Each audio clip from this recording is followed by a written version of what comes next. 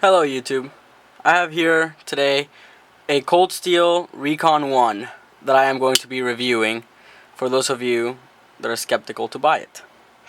My first thoughts about this knife were it's a little bigger than it seems to be in the picture and in the videos, and it's very front heavy because due to the handle, which I will talk about in a minute. The price is on the Cold Steel website, I believe, $120 or $140, not sure, but I got mine for about $60 on Amazon, and for $60 it's a pretty good knife to have. It has pretty good weight to it. I believe it is, let's see here, the scale.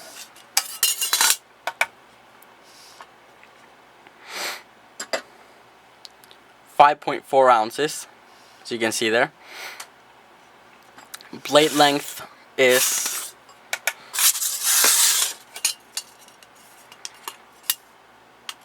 4 inches, so you can see exactly. And this is the Tanto point version, half serrated. The blade is an Aus 8, and it varies between Tanto point, clip point, and spear point, all of which you can choose from half serrated or plain edges. The blade has a thickness of, let's see, that is an eighth of an inch thick, and has a coating of Teflon, but as you can see that it comes off. Actually comes off quite easily. The geometry of the shape is very powerful shape.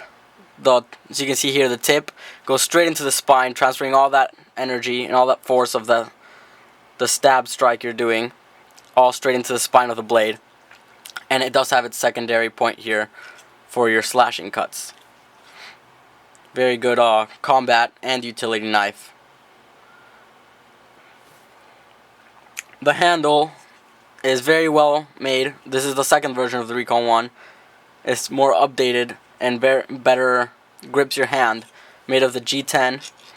The scales are very grippy. You'll notice that at first it's kind of like sandpaper on your skin, which is good for where you're gripping it, but bad, as I'll talk later, about how the pocket clip and how that tears up your pants right here. It has a pretty good reverse grip, not the most comfortable, but it works. And it's got a bit of a thumb ramp here with some indents in there to grip your thumb that don't work very well, but it's better than nothing.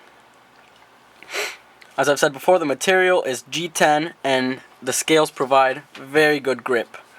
It has no liners, making it way lighter than the previous version of this knife, which I will review in another video. And like I said before, very front heavy for better chopping action, if you're going to be chopping things. The deployment of this blade is a thumb stud. You can deploy it with a thumb stud, or if you want to do it faster, you could, hook your thumb onto it and just flick your wrist out. It takes a little bit of effort and kind of a decent amount of practice to get to do it, but it's not so bad.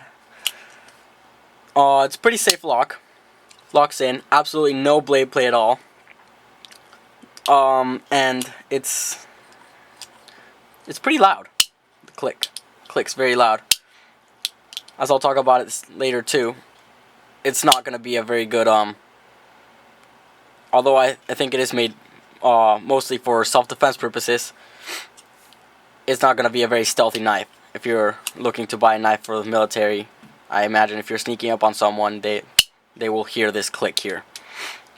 Now, there is a way to, once you get used to the lock, to press it to press the back lock here, the rocker, and flick it down. But if you keep your finger all the way in the front, which is what you should do, the blade will collide with this non-sharp part against your finger and stop there. And at that point you can get the rest of the knife and flick it back like this to close it. Otherwise, I would suggest you just close it with 2 hands. Even though it might not be the most convenient thing, it is definitely the safest. It's pretty easy to use. The deployment is not as fast, as I would like it to be. Not as slick. It's very, very slow, and after you play with it for a while, your thumb does get kind of sore. But anyways, on to the next thing, the carry method of this. It does come with a pocket clip. You have the options to have it for the right pocket or the left pocket. It comes with a secondary pocket clip for that, actually, because of that curve. The pocket clip is not symmetrical. And it's tip up carry. You have no choice with that. The practicality of the knife, as a utility knife, it works for your everyday uses of cutting open your mail and boxes and anything you might want to cut open. It comes out of the box razor sharp, and you have to be careful with that. Self-defense. This knife is Teflon coated, as I've said before.